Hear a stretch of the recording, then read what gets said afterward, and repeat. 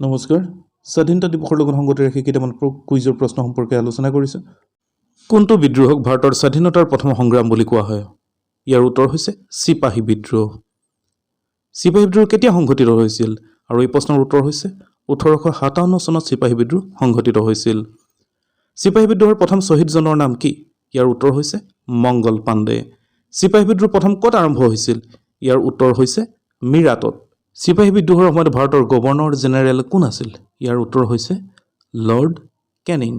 ভাৰতীয় সংবাদপত্ৰৰ ওপৰত কঠোৰ বাধা আৰোপ কৰা গভৰ্ণৰ জেনেৰেলজনৰ নাম কি? ইয়াৰ উত্তৰ হৈছে লৰ্ড লিটন। ভাৰতীয় জাতীয় কংগ্ৰেছৰ জন্মদাতা বুলি কাক গণ্য কৰা হয়?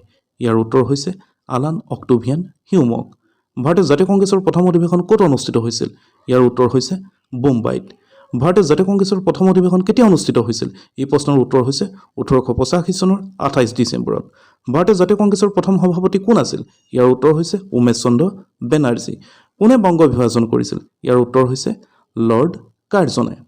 কোন চনত লৰ্ড কাৰ্জনে বংগ বিভাজন কৰিছিল? ইয়াৰ উত্তৰ হৈছে 1905 চনত। মহাত্মা গান্ধীয়ে কেতিয়া কংগ্ৰেছত যোগদান কৰে? ইয়াৰ উত্তৰ হৈছে 1917 চনত। অসহযোগ আন্দোলনৰ প্ৰস্তাৱ কোনে দাঙি ধৰিছিল? ইয়াৰ উত্তৰ হৈছে মহাত্মা গান্ধীয়ে।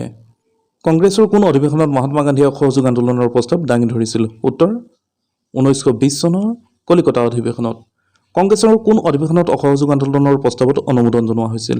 ইয়াৰ উত্তৰ হৈছে 1920 চনৰ নাগপুৰ অধিৱেশনত। অসহযোগ আন্দোলনত মহাত্মা গান্ধীয়ে প্ৰত্যাখ্যান কৰা উপাধিটো বা সন্মানটো কি? উত্তৰ কেশৰ-ই-হিন্দ।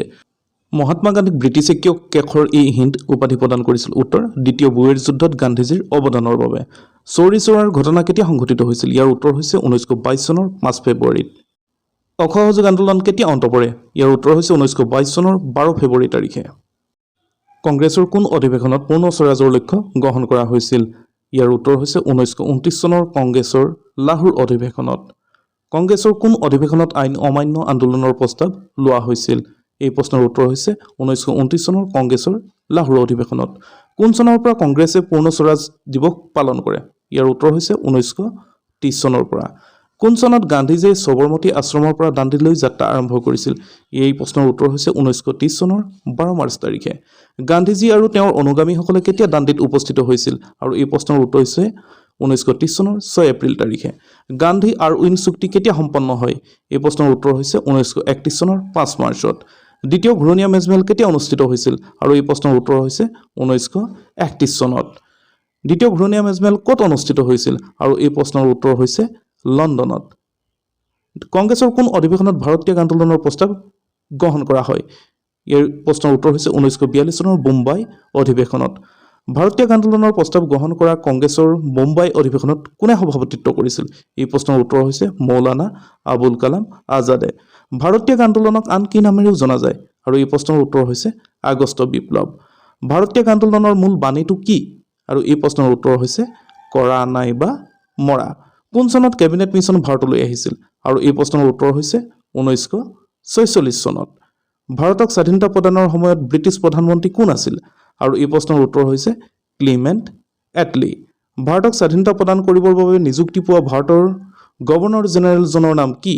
আৰু এই প্ৰশ্নৰ উত্তৰ হৈছে লৰ্ড মাউণ্ট বেটেন। ভাৰতবৰ্ষ কেতিয়া স্বাধীন হয়?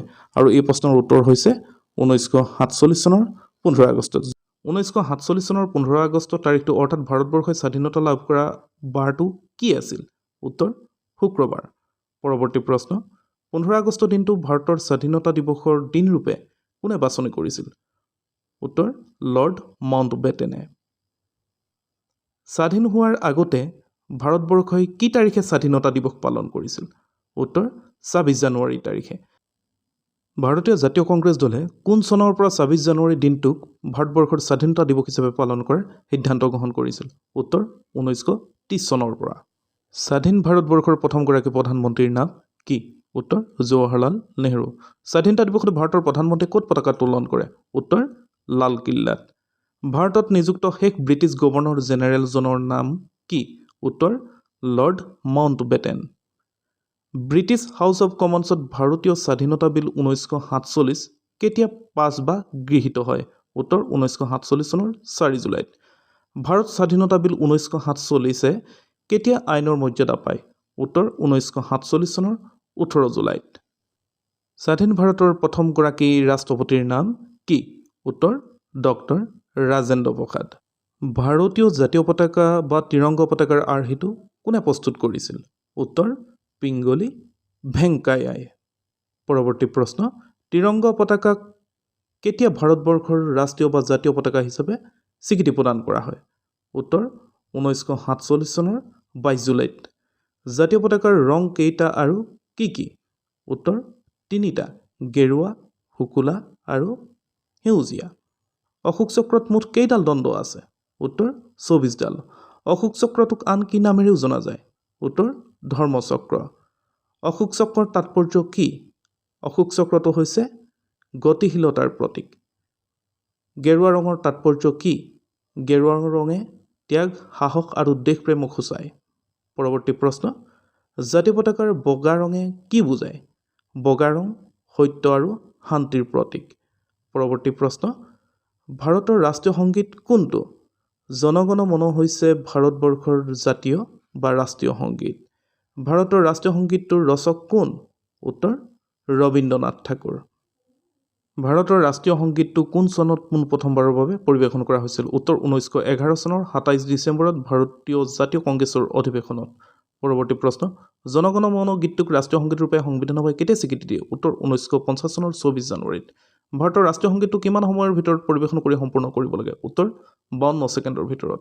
ভাৰতৰ ৰাষ্ট্ৰীয় গীত কোনটো? উত্তৰ বন্দে মাতৰম গীতটি। বন্দে মাতৰম গীতটিৰ ৰচক কোন? উত্তৰ বংকিম চন্দ্ৰ চেটাৰ্জী বা চট্টোপাধ্যায়। বন্দে মাতৰম নামৰ গীতটি প্ৰথম কেতিয়া পৰিৱেশন কৰা হৈছিল?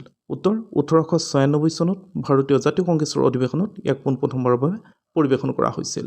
যদিহে ভিডিঅ'টোৰ পৰা কিবা এটা হ'লেও শিকিব পাৰিলা তেনেহ'লে চেনেলটো ছাবস্ক্ৰাইব কৰিবা। ধন্যবাদ।